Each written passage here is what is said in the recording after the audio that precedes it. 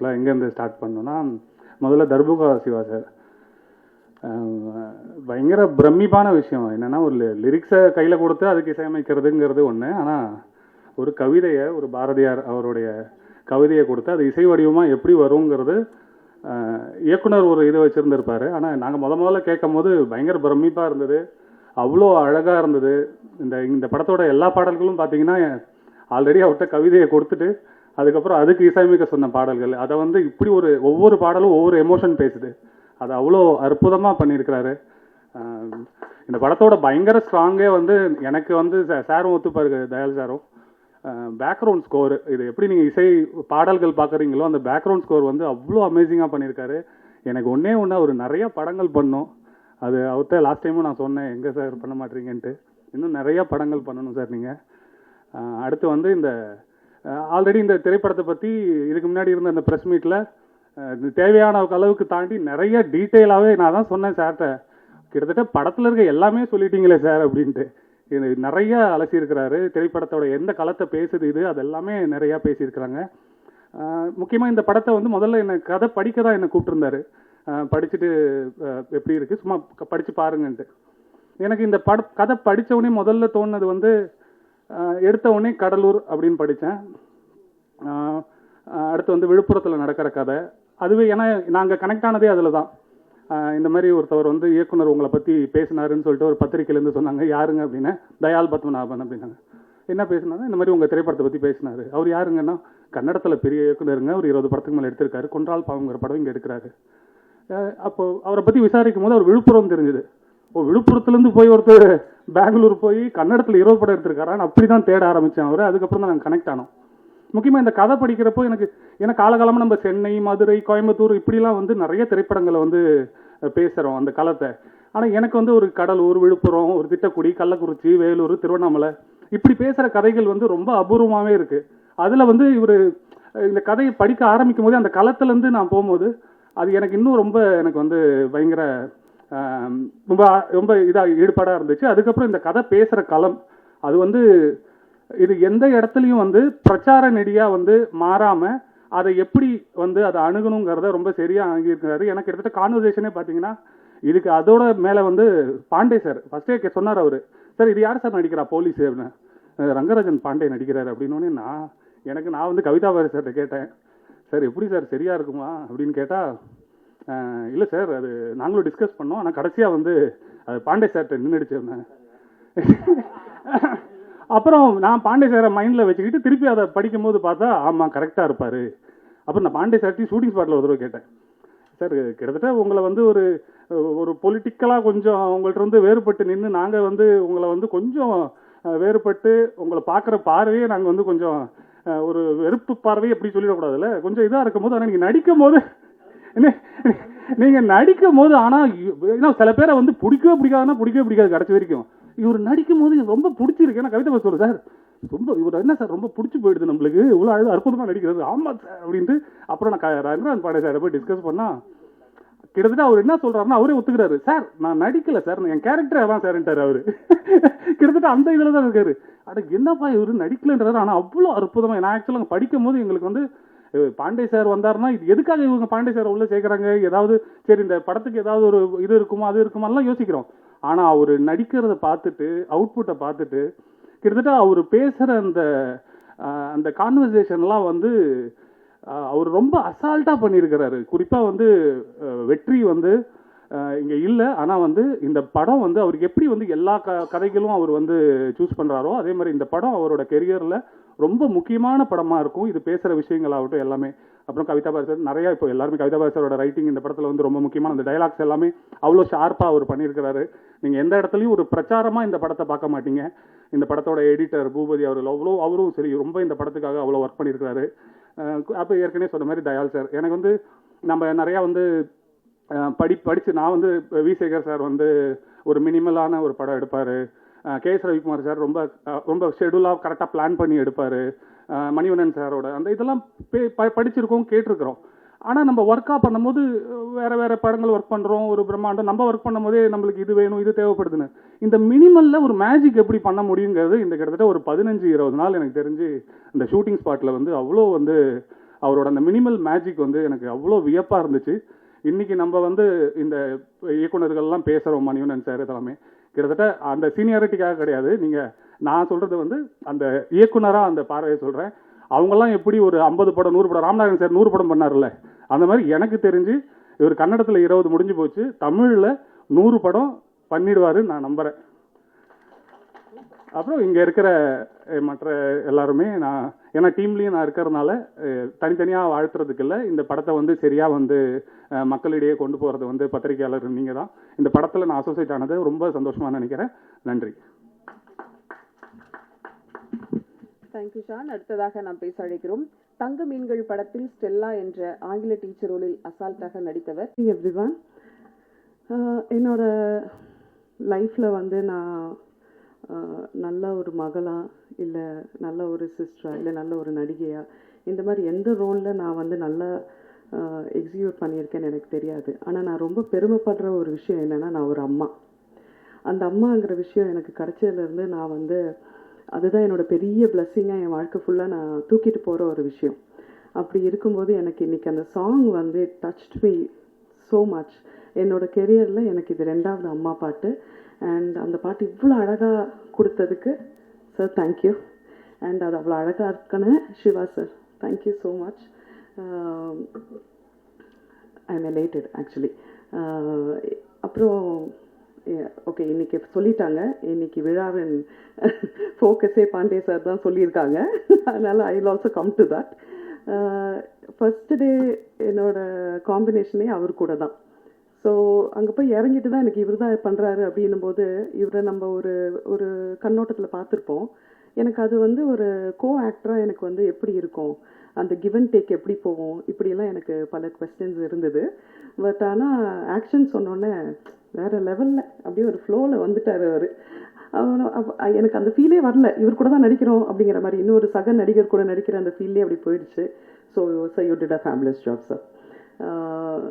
So to all the media friends, இந்த படத்தை success ஆக்கி கொடுங்க ப்ளீஸ். நீங்கள் எல்லாம் அதை பற்றி நல்லா எழுதி எல்லா இடத்துக்கும் அதை கொண்டு போய் சேர்க்கணும். இது ஒரு ரிக்வெஸ்ட்டாக வைக்கிறேன். Thank you so much. பண்ணது ராஜா சார் தான். அவர் மாதிரி வந்து ஒரு பியூட்டிஃபுல்லாக வந்து ராஜா சார் மாதிரி அந்த பாரதியார் பாடலுக்கு உயிர் கொடுக்குறது இன்னொருத்தர் பார்க்க முடியாது. அதற்கு பிறகு நீண்ட நெடிய காலத்துக்கு பிறகு தர்புகா சார் வந்து அதற்கு ஒரு பெரிய உயிரை கொடுத்துருக்காருங்கிற பார்க்குறோம். ரொம்ப பியூட்டிஃபுல்லாக இருக்குது. அதே போல் பாரதிதாசன் வந்து கவிதா பாரதி அண்ணனுக்கு எல்லாத்துலேயும் ஒரு 2 குத்துனா தான் அவருக்கு ஒரு மன நிறைவு அமையும். அதில் வந்து பாரதியாருக்கு கிடைத்த பெருமை பாரதிதாசனுக்கு கிடைக்கவில்லை, அதற்குள் ஒரு அரசியல் இருக்குதுன்னார். நாங்கள் எதிர்கட்சி அண்ணன் சொன்னதுதான், பாரதிதாசனுக்கு கிடைத்த விஷயம் பாரதியார் கிடைக்கலன்னு நினைக்கிற குறிப்பிடாங்க. நான் வந்து செல்ல இடமெல்லாம் உங்களுக்கு தெரியும், நிறைய பேர் பார்த்துருப்பீங்க. பாரதிதாசனுடைய அந்த ஒரு பொன்மொழி, அதை தான் நான் எல்லா உரைகளையும் முதல்ல ஆரம்பிப்பேன். எங்கள் வாழ்வும் எங்கள் வளமும் மங்காத தமிழன்று சங்கே முழங்கு அப்படிங்கிறது தான். அதை விட ஒரு வரி வந்து இன்னொன்று தேவையில்லை. அது வந்து பாரதியாருக்கு மரியாதை கிடைச்சதா கிடைக்கலையா அப்படிங்கிறது இல்லை, நீங்கள் மதிக்கிற பாரதிதாசன் தன்னை வந்து பாரதிதாசனாக மாற்றிக் கொண்டிருப்பார் அப்படிங்கிறதே பாரதியாருக்கு போதுமானது. வேற எந்த கௌரவங்களும் தேவையில்லை. ரொம்ப ஆச்சரியமான, அப்படி வந்து தன்னுடைய பெயரை அழித்து அது வந்து தன்னுடைய குருநாதருடைய பெயரை போடுறது அப்படிங்கிறது வந்து அது ஒரு சர்வப்பரி தியாகம்னு சொல்லுவாங்க. அந்த மாதிரி பாரதிதாசன் ஆச்சரியமான பாடல். அண்ணன் சொன்ன மாதிரி வந்து மானுட சமுத்திரம் நான் என்று கூவு அப்படின்னு சொல்லிட்டு பாரதிதாசனுடைய பாடல்கள் எல்லாமே வந்து விசால பார்வையால் விழுங்கு மக்களை அப்படின்னு எழுச்சிகரமான வரிகளாக தான் இருக்கும். அப்படி வந்து அவ்வளோ எழுச்சி மிக்க ஒரு கவிஞர்கிட்ட வந்து இவ்வளோ உணர்ச்சி மிக்க ஒரு பாடல் அப்படிங்கிறது நமக்கே ஒரு புதுசாக இருக்குது. அதை வந்து தர்புகா சார் வந்து ரொம்ப பியூட்டிஃபுல்லாக பயன்படுத்தி வச்சிருக்கிறாங்க. அது வந்து அந்த இறுதி முத்தம் கொடுங்கிற ஒரு வார்த்தை தவிர பின்னாடி நண்பர்கள் பேசிட்டு இருந்ததை கேட்டேன். நம்ம எவ்வளவு நல்ல தமிழ் வார்த்தைகளை தொலைச்சிட்டோம் அப்படிங்கிறது ரொம்ப வைத்தறிச்சலாக இருந்துச்சு. இன்னைக்கு வந்து ஒரு நெற்றியை பற்றி, ஒரு கற்றையை பற்றி, ஒரு கொம்பு தேனை பற்றின்னு எவ்வளவு வார்த்தைகள் பாரதிதாசனுடைய வெக்காபுலரி எதுவுமே இன்னைக்கு புழக்கத்தில் இருக்காது. யாரா ஒருத்தட்ட கொம்பு தேன் அப்படின்னு என்ன தெரியுமான்னா, என்ன ப்ரோ, ஏன் ப்ரோ இப்படி பேசுற நீ அப்படின்னு அந்த மாதிரி ஆகி போய் நிற்கிது. நல்ல தமிழ் வார்த்தையிலே காணாமல் போச்சு. அதை பாரதிதாசனுடைய வரிகளில் அதில் தெரிஞ்சுதான் டைரக்டர் வந்து அப்படியே பாரதிதாசன் நிப்பாட்டிக்கிடுவோம், அந்த மாதிரி போக வேண்டாம் பாட்டு ஜென்சி அப்படிங்கிற பாட்டுக்கெல்லாம் போக வேண்டாம்னு நினைச்சார். அனுபவத்தில் அற்புதமான வரிகளுக்கு வந்து உயிர் கொடுத்திருக்கிறாரு தர்புகா. உங்களுக்கு வந்து நிச்சயமாக காலம் உங்களுக்கு நன்றியோடு கூட நிற்கும். And director sir Dayal Padmanabhan sir வந்து சொல்ல வேண்டியதே இல்லை. நானும் முதல்ல வந்து கன்னட டைரக்டர் தான் நினைச்சேன். தயாள் பத்மநாபன் ரொம்ப காமன் நேம் தானே, அதனால கன்னட நடிகை இயக்குனர் போல இங்க வந்து பாவம் தமிழ்நாட்டில் கஷ்டப்படுறாருன்னு தான் நினைச்சேன்.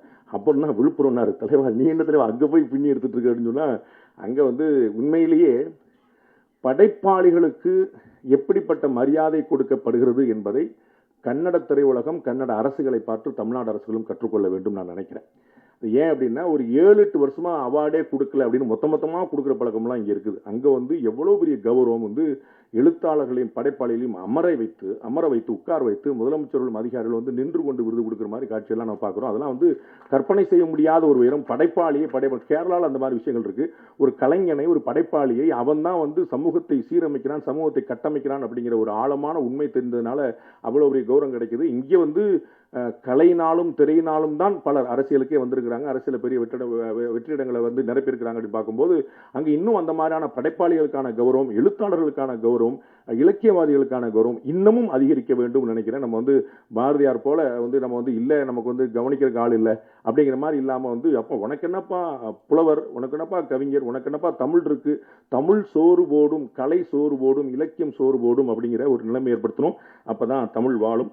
அந்த மாதிரி ஒரு ஆச்சரியமான ஒரு இயக்குனர். நான் வந்து அவருடைய மெட்ரிகுலஸ் பிளானிங்கை வந்து பார்த்தேன். நான் வந்து ப்ரொடியூசர்கிட்ட அவ்வளோ புகழ்ந்து சொல்லியிருக்கிறேன் டைரக்டரை பற்றி, பயங்கர ஆச்சரியங்க அப்படின்னு சொல்லிட்டு. நான் வந்து அடுத்தடுத்த படங்களில் வந்து அவங்க எப்படிலாம் பண்ணுறாங்க, அவங்க வந்து தயாளன் சார் மாதிரி பண்ணுறாங்களாம் பார்க்க ஆரம்பிச்சேன். அவ்வளோ தூரம் அறிவே கிடையாது எனக்கு சினிமா பற்றி.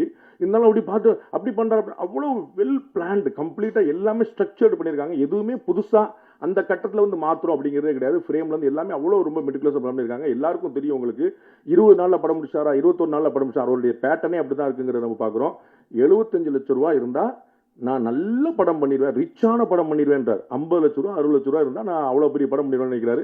இந்த மாதிரி டைரக்டர்கள் எல்லாரும் வந்தாங்கன்னா எங்கள் அண்ணன் மாதிரி ப்ரொடியூசர்கள் ரொம்ப சந்தோஷமா இருப்பாங்க. அதனால வந்து நீங்க பார்த்துட்டு கவிதா பாரதி என்ன சொன்ன மாதிரி நீங்க வந்து வணிகத்துக்கான படம்ல நினைச்சிடாதீங்க. வணிகத்துக்கான படம் தான். வணிகத்தில் வந்து தயாளன் சாரும் மாஸ்டர், சபரிசன் சாரும் மாஸ்டர் 2 பேர் சேர்ந்து உட்கார்ந்தா எப்படி இருக்குன்னு பாத்துங்க. அது வணிகத்தை ரொம்ப சக்சஸ்ஃபுல்லாக தான் பண்ணியிருக்கிறாங்க. அண்ட் படத்துலையும் வணிகத்துக்கான விஷயங்கள் நிறைய இருக்கு. நீங்க ஏதோ சீரியஸா யோசிச்சுட்டு பயங்கரமா சண்டை போட்டுருப்பாங்க, கமர்ஷியல் எலிமெண்ட்ஸ் நிறைய இருக்கு. நம்ம பார்க்கறதுக்கு என்கேஜிங்கா இருக்குங்கிறது என்னால் கேரண்டியா சொல்ல முடியும். அவ்வளோ பெரிய விஷயங்கள் உள்ள கொண்டு வந்திருக்காங்க. பியூட்டிஃபுல்லா வந்து டைரக்டர் பண்ணியிருக்காங்க.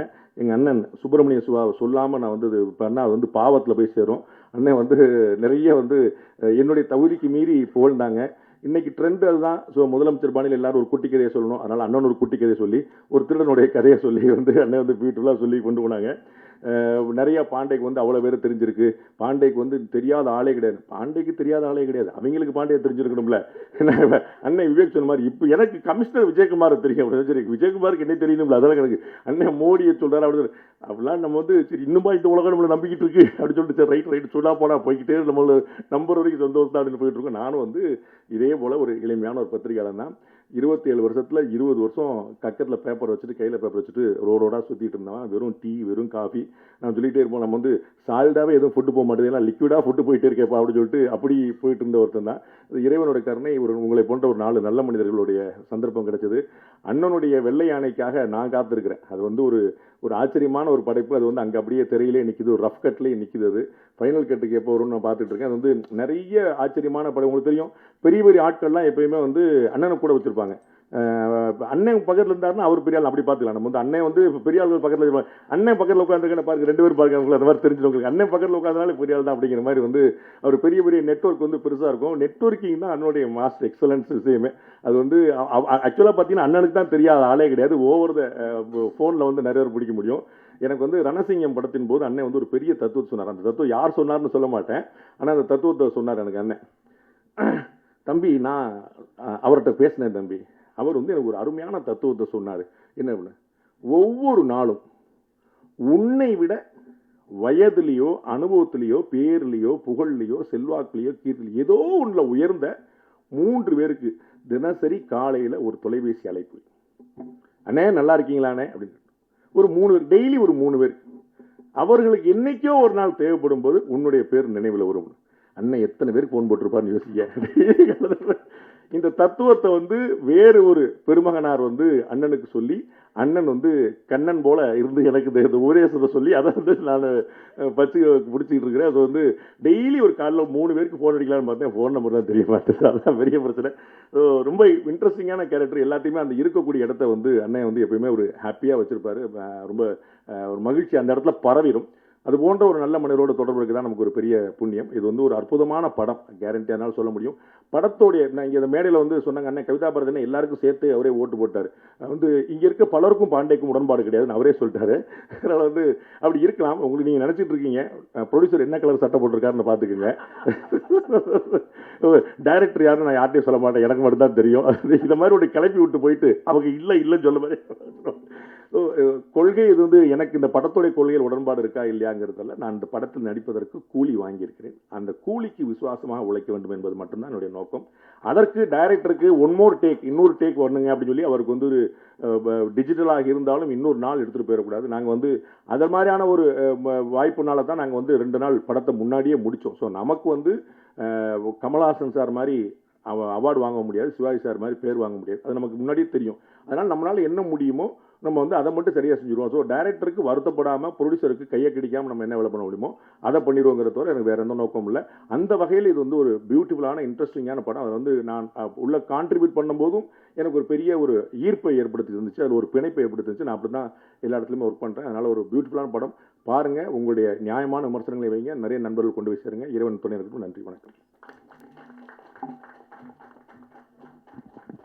நான் ஸ்டாப்பா அடிச்சு துவைச்சு காய வச்சுட்டு போயிட்டீங்க சார். சார் நாளையிலேருந்து நான் உங்களுக்கு ஒரு ஃபோன் பண்ணுவேன் சார். அடுத்ததாக நாம் பேச அழைக்கிறோம். வாழ்க்கையின் சுவடுகளை